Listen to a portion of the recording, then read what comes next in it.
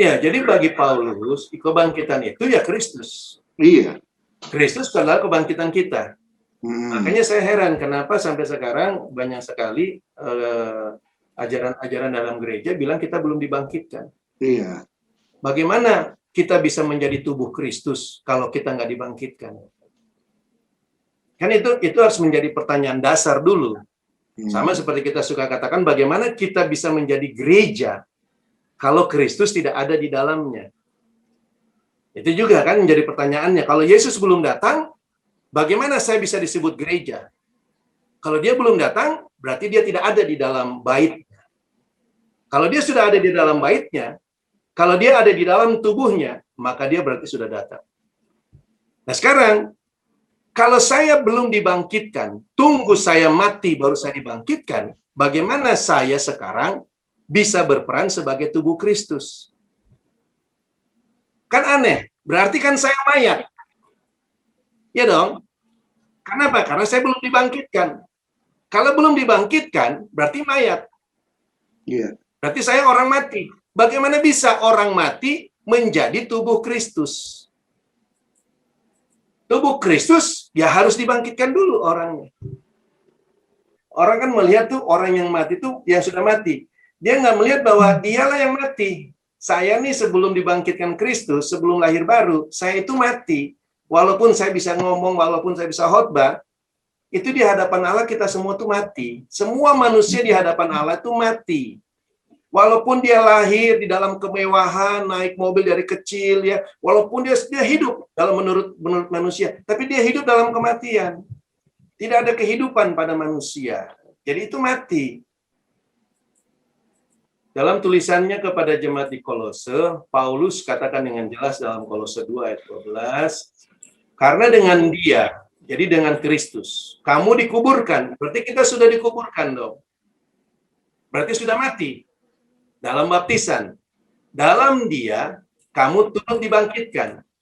Berarti kita orang yang percaya sudah dibangkitkan. Bukan menantikan kebangkitan. Jelas kan tertulis di situ dengan jelas sekali.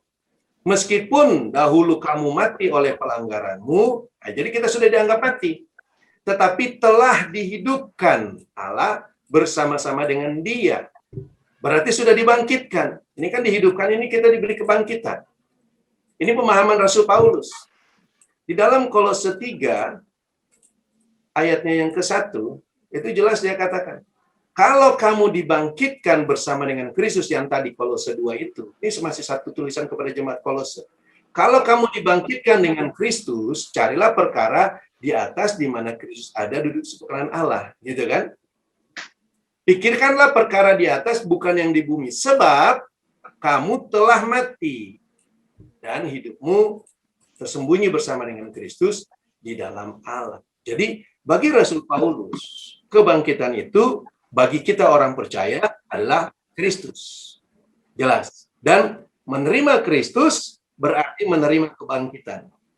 Kebangkitan itu berlangsung seterusnya di dalam Kristus. Siapapun yang dilahirkan di dalam Kristus, dia menerima kebangkitan. Karena tidak mungkin kita dilahirkan dalam Kristus, tidak menerima kebangkitan, tidak mungkin itu.